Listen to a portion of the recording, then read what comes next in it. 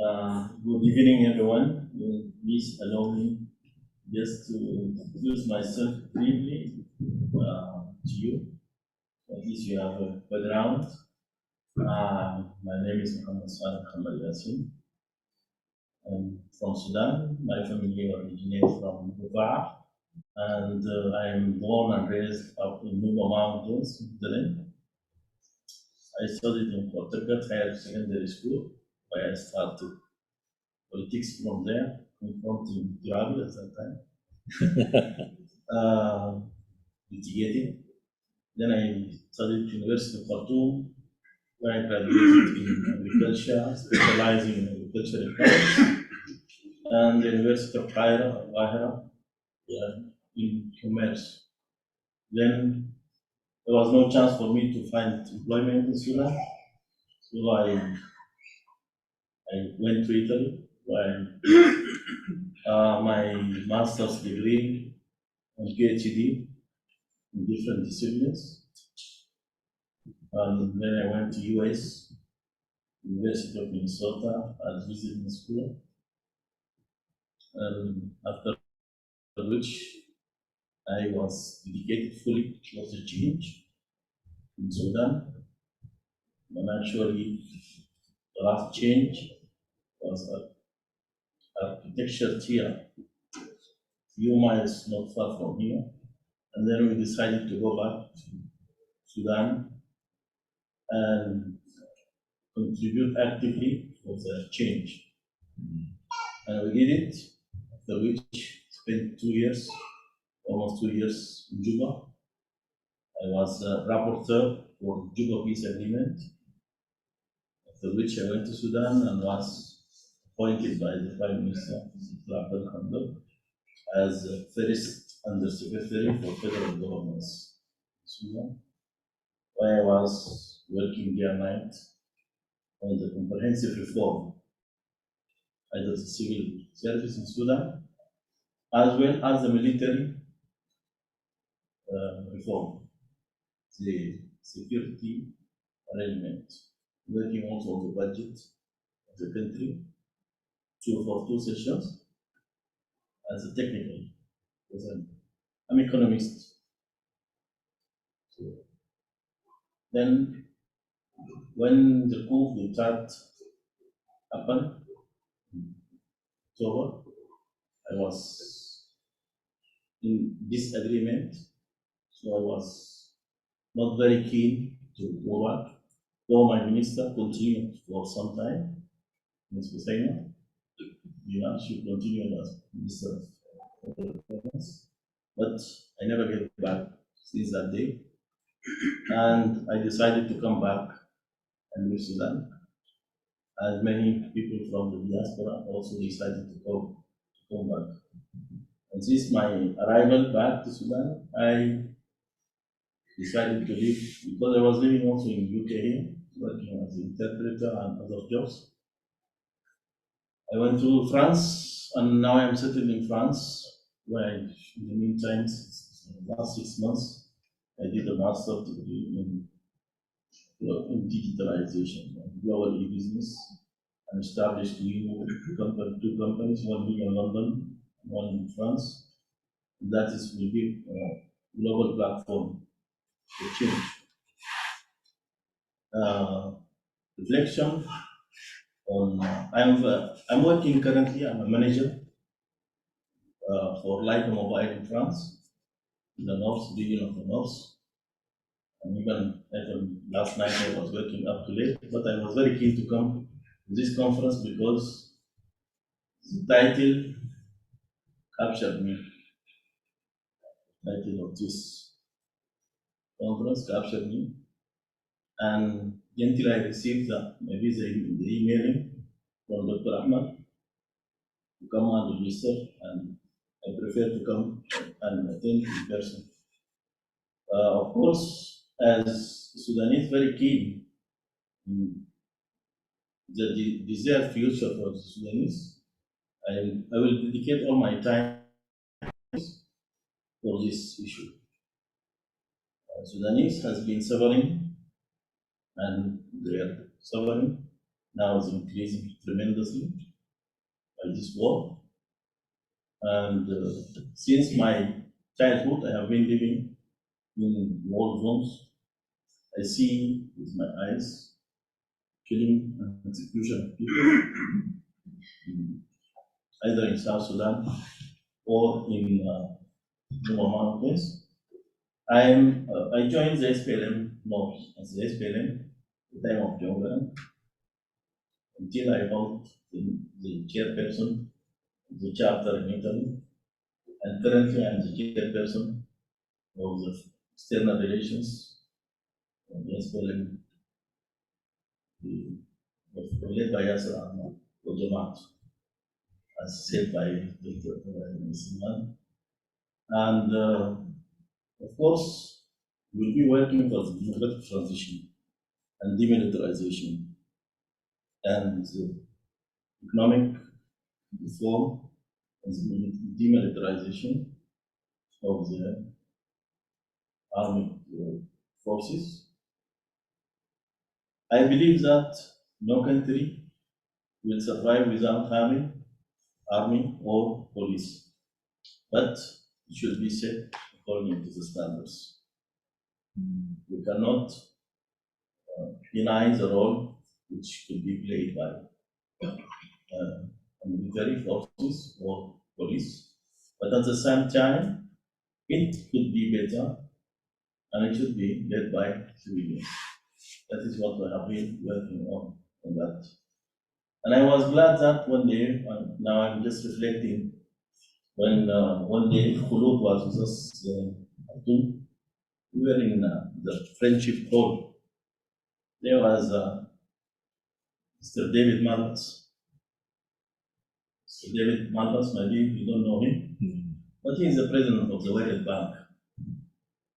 And that day, Khulud was moderating the session. And we were happy that persons like Khulud coming from the diaspora contributing to the reconstruction and relaunchment of the country. And in a few months, the budget of the country, we managed to have at least a surplus. Sudan is very rich. The 63 billions you were mentioning, Dr. Ahmed, is nothing for Sudan. Oh, I see. Even the Sudanese diaspora here, the doctors worth more than this.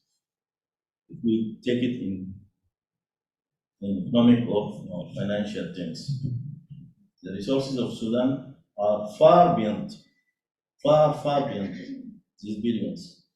But it is mismanaged, misinvested, misused, and deprived also by greedy people in conspiracy with some elements from the international community. And also, it is a reflection of the colonization. We cannot deny that. We cannot hide our head under the ground because the resources of Sudan and the resources of Africa were depleted, were taken gratis for thousands, for hundreds of years. And that should be also recognized and compensated in a way or another. Of course, we cannot go for this narrative as revenge, but as a mutual benefit, which we can integrate our resources together to live in peace and maybe share the benefits.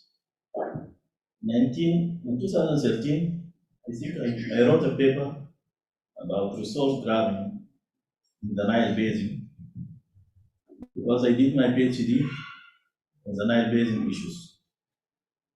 The University of Udine as the Department of Architecture and Civil Engineering. And I was asked to write about land grabbing. When I came to reflection, it is not about land. It's about the whole resources, even the diaspora. Yeah, these are grab people. Because the incentives of the pounds which are given here, this is sort of grabbing. You know, myself, I'm Italian citizen. But I'm sure that my contribution to the Italian economy, if I evaluate it during the 20 years I worked in the university and worked for companies in Italy, I can claim it is more than 2 billion. Because I made contribution for winning of tenders, jobs, construction, even the biggest building in Khartoum now, symbol of Khartoum, I played a role in that. And if I evaluate that, that will be huge money. So it is not as we consider it before. But of course, we have to reflect on that. I am impressed by the paper or the presentation of Iman, the last presentation, but I confess that some affirmations need to be reflected, need to be discussed, need to be analyzed in a very critical and analytical way in order just to make things clear. Any peace in Sudan is beneficial. There is no perfect peace happening in Sudan, but if the comprehensive peace agreement of South Sudan was managed in a proper way, we couldn't reach the separation or the independence of Sudan, as well as the peace agreement, which you said that brought a lot of armies, 7 armies or 8 armies to Khartoum. These armies were fighting in Sudan. And the other part of Sudan in which they were fighting, it is Sudan. So there is no difference of having them move over mountains rather than Khartoum, for me. But we should work in silencing the guns. We should work in order to preserve lives of innocent people. We should work in order to have equity and equality and equal citizenship between all the Sudanese, and no one is superior on the other, on ethnic or religious or color or whatsoever it is. This is what we have been fighting for and we continue to fight for in order to have equal citizenship for all the Sudanese, in order to live together and benefit from our diversity, which is one of our wealth elements. I'm glad that I came to this event, and glad to hear Dr. Sarah, Amina, Hassan from Khartoum, and Iman, and also will reflect a lot on what I hear today here, and maybe we have to set something which will continue more. And I'm sure that if somebody, I have some people who can, if they hear at least the last paper of Iman Beldo, they will have a lot to say. And there is leadership in Sudan. There is leadership, but it is not given a chance, even among the youth. I lived with them. They were after the working day. My office, I used to sleep in my office. I have a room there.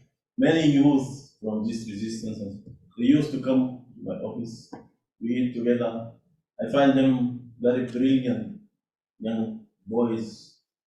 Just cannot come at night because it is probably there for them. But at least there are elements of leadership. There are many people in the diaspora who can contribute doing something. Even during the revolution, from Manchester, I was leading some young guys who at least did some fundraising support Sudan, and they raised 403,000 sterling in Manchester. 403,000 pounds raised in Manchester. Young boys and girls, students in the universities, I can mention the names, but this is just an example. Others from US or from Sudanese are everywhere. Last week I was in Morocco, in the desert somewhere. I met Sudanese families, very qualified. How come you came here? They say, it's the last one. Well, then, what are you doing here? Oh, we have a small factory here.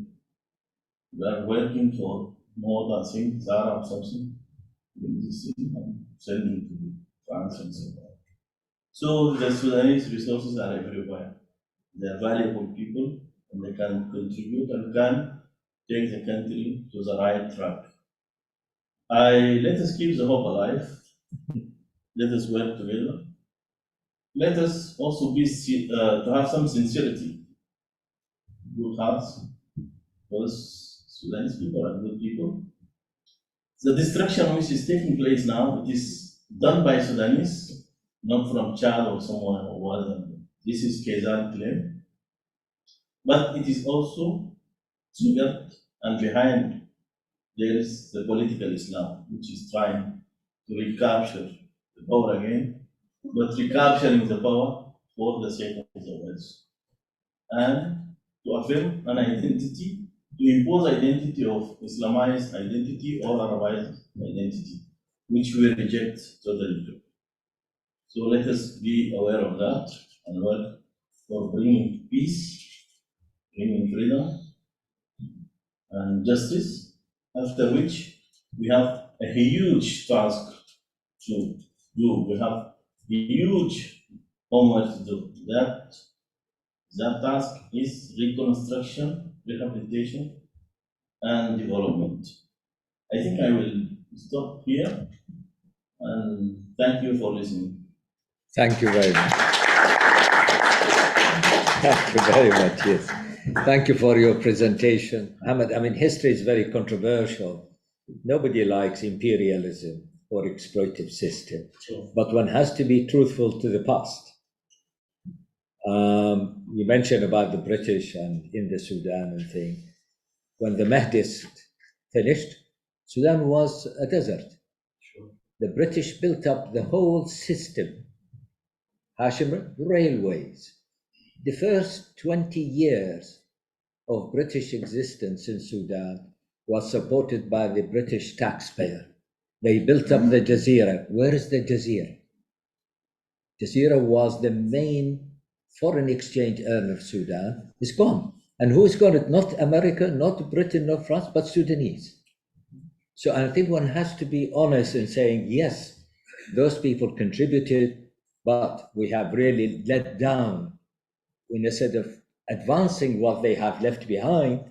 No, we have simply, this is all colonialism. It's not good. And I think that is, one has to be very honest about assessing history and assessing contribution.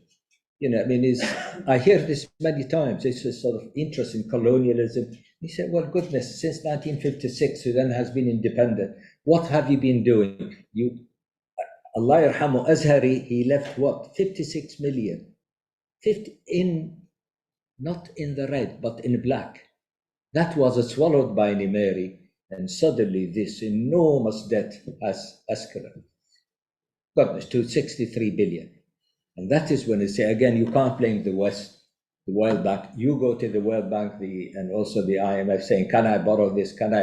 And of course, the West will give you money, but under certain conditions. And they tied up the economy. You cannot do this unless you do this, you do that. So I think it's, as I said, assessment of history, it has to be very objective. I mean, I know in a sense, it's the common thing is it's all, it's nothing to do with us. It's blaming the others for our ills. And it said that we created these ills, not them. But this is what I'm really trying, just my short comment, but Iman want to say something, so. Yeah, we need to dispel the myth that whenever we say something about Khartoum, it means that we are actually against some kind of other regions in Sudan, the marginalization of the peripheries. And when I actually say that the Juba Peace Agreement, for which Dr. Muhammad was our rapporteur, actually I meant that these are people who do not belong to Khartoum. I will say again, the Juba Peace Agreement was not a comprehensive peace agreement. It didn't include Al-Helu, it didn't include Abdul Wahid, and when it actually finished, it brought 8 armies, and it was a Trojan horse. Why? No army belongs in any city, let alone Khartoum. We don't want to talk about the ethnicity of those armies. We are talking about the notion. What we need is a decolonization of our mind. Can we believe that in London there is some kind of rift? Even during the War of Roses, did we hear about any army in London? No, you do not bring any army, irrespective of color, creed, or periphery. You bring people along the CPA. Dr. Muhammad said that he was actually part of the implementation of CPA. The CPA was very clear, starkly clear. It is going to be the model along which any kind of dispute in Sudan should be actually modeled after the CPA. The CPA told you that you have a DDR. First, you demobilize, first of all. You demobilize these armies, you don't bring them all in one place in Khartoum with their weapons. You demobilize and then you demilitarize. بتنزع السلاح. Then the rehabilitation and reintegration, DDR. The CPA, when it came, it had guarantors. It had friends of the guards. Every army member was given $200 per month. So many people from around the world, even from the UK, were taken to the south, and they told us that, you know, the army are there with their kind of weapons, and they're actually attending classes of how to become a civilian again to reintegrate. That was not afforded by the Juba Peace Agreement, sorry. It was actually put on the shoulder of the people of Sudan to come up with $700 million in order to be giving this army, people and army forces their kind of remuneration. No, it doesn't work like that. The CPA said, no, it has to be the model. And actually said another thing. Any region in Sudan that has any conflict with the center, they can have a referendum and become their own state. They paved the way for the partition of Sudan. We are looking now onward on the wall for Sudan becoming not 2 but 5 countries maybe. So I am not against other people. We are against the way that even the West and the international community is dealing with us. If 2 generals in the UK fought, you don't bring them again to actually negotiate nothing. They will not allow that in their countries. Why is that allowed in our country? Why are you bringing aid? And it is Perthes actually, and I actually remember vividly. I said, Perthes said, one of my functions is actually to help with the peace agreement. I have 8 armies in Khartoum, I can't deal with them. I didn't actually create that because I was not in Khartoum. The notion is you don't bring the armies and you don't know where they are and the number. We don't know the number. If you want to integrate them, we do not know. How many are they? And this is what I actually am talking about, not the notion of periphery Khartoum. Yeah, thank you. You ask your question, Hanan, please. And you know, our country, unfortunately, this is not government, illegal government. This is thief, corrupt people killing our people in Sudan. And now I'm not agreeing with any sign letter with these criminal people. This is, we have to take them to ICC. Unfortunately, the people, UN, America, UK, European Union, how many letters, how many protesting, and there is no action.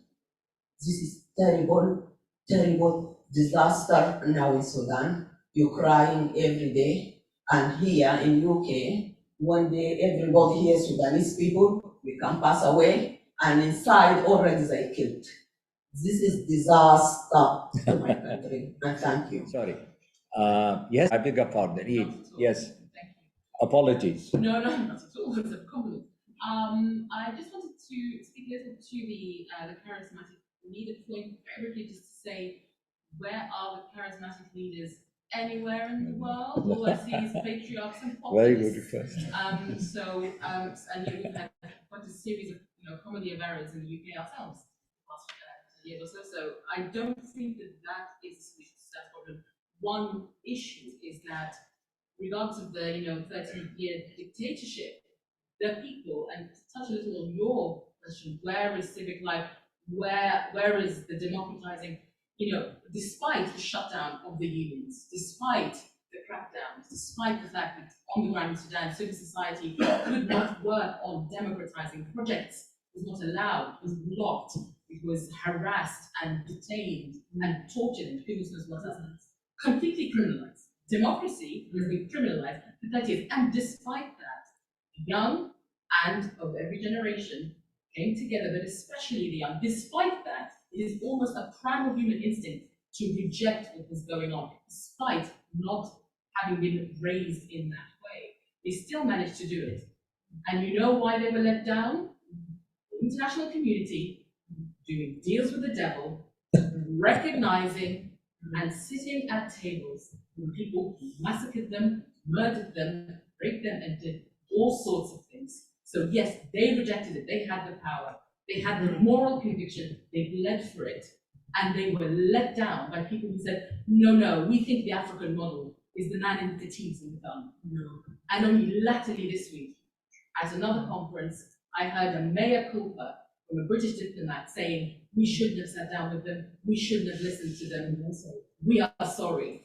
No.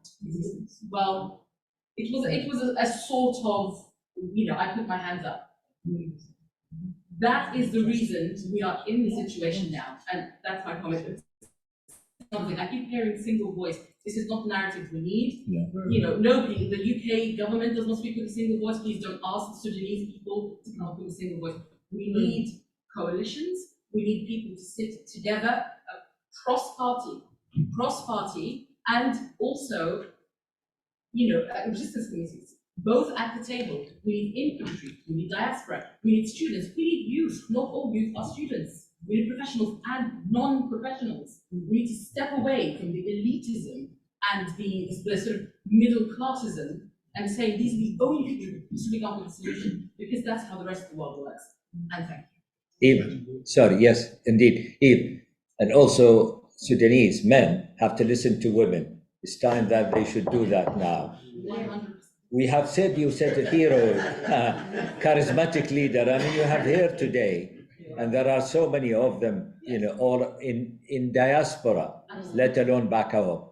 For a long time, oh, women, you make tea, you women make coffee, you men do this.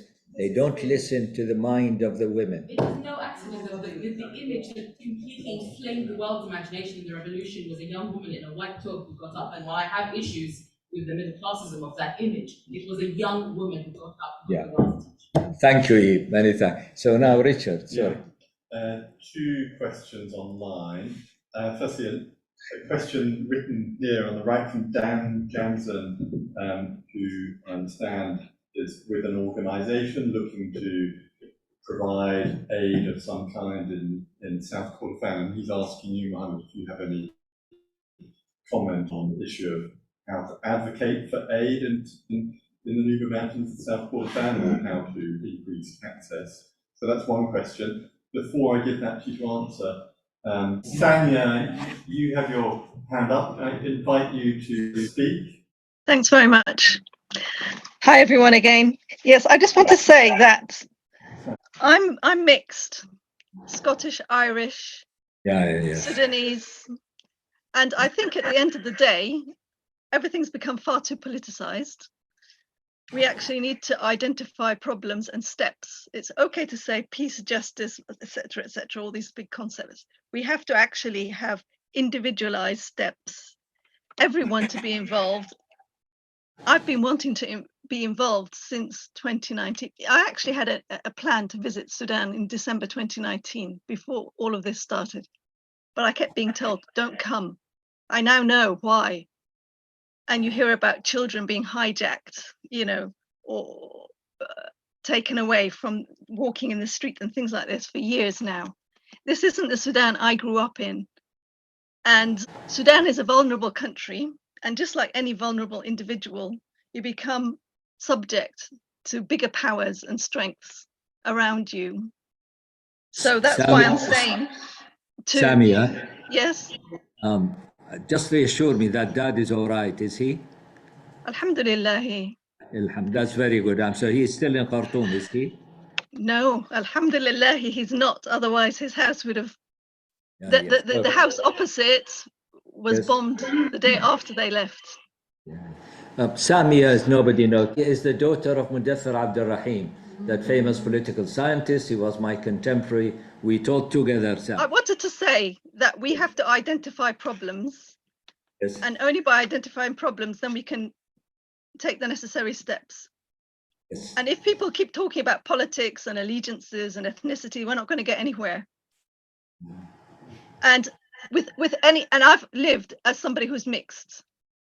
And you take what's good and you leave what's bad. It's as simple as that, with any situation, with any problem, with anything that's facing you. And it's not east or west, north or south. It's what is the problem that has to be resolved. And if people can discuss these problems openly and honestly, and with transparency, then we can get somewhere. Thank you, Samia, for your comments. Many thanks. Mohammed, do you want to respond? Do you want to respond very quickly, Mohammed? Yes. Yeah. Okay, thank you very much, Dan, for your generosity. Your question, you are asking about refugees and IDPs. Yeah. For refugees, it is very easy because they are out of the country, I assume.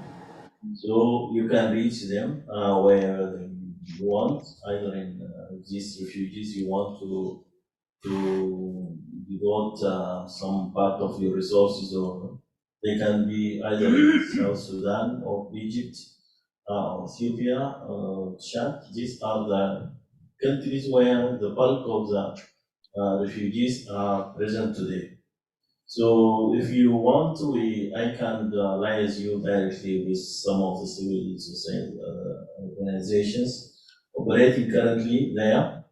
While for the IDPs currently, Sudan is a problem to convey any financial assistance there, because the bank system is collapsed. Normally, even I'm sending for my family, extended family. The money is going, but they cannot take it from even Western Union transfer. So the situation is very hard for the IDPs. So let us help focus, if you prefer, you focus on the refugees, and that will be great help. And if the things get better, maybe you can reach also the IDPs in Sudan. Thank you for your input. Thank you. Yeah, Alma, yes, please. This is Alma Ettore, Manchester. Thank you. Yeah, I just want to thank all the speakers. It was very fantastic, just listening, sitting down and listening. And I was listening to Ms. Ahmed. I was impressed by some of the things she said, because it was like a chronicle. Actually, I was born and raised, I was raised in Sudan. I went to school in the boarding schools. This is school. That's my school. And I think Sudan is very close to me also, because I have got a little claim that my great-grandmother comes from the West. So, Sudan to me is very, very dear. And because I spent all my childhood very happy there, my dad was stationed also in Kassala, Gadari, and all these places. So, what I want to do is just to give advice, because we in South Sudan, we were the ones who had our war, and everybody saw what has happened. And the funny thing is that it's exactly the same. The two Sudans, same sort of problems, more or less. And I am amazed at the tribalism which has arisen in Sudan. When I was raised there, there was nothing called Jahiliya or you're from the West and all these things. The war brings out the worst things. So what I want people here in this hall today to take something positive from our experience in South Sudan, so that the mistake, let it not be repeated in Sudan. Look at the things which has happened, such as so much money poured in South Sudan. And it was the greedy leaders who have taken it, and then they divided the people. They created all these militaries, paramilitary groups, killing people. It's the same, which is very sad. So what I want people to think about is that they shouldn't allow any body to come and dictate to them how to run their country and their affairs. It should be the civil society, especially the youth. I am very impressed, with the youth today, speaking here. So they should always take order, because what happened in South Sudan is that the international community came and they said, okay, you have got to do it like that. Comprehensive peace agreement that we had, and this revitalized peace agreement, which has died, and they keep resuscitating it, and to no avail, just to appease, the dictatorship which is sitting today. So I want people to learn from us so that this does not happen. Because when anything happens to us in South Sudan, we run to Sudan for security. Thank you. Thank you, Alma. Very kind of you. Thank you very much.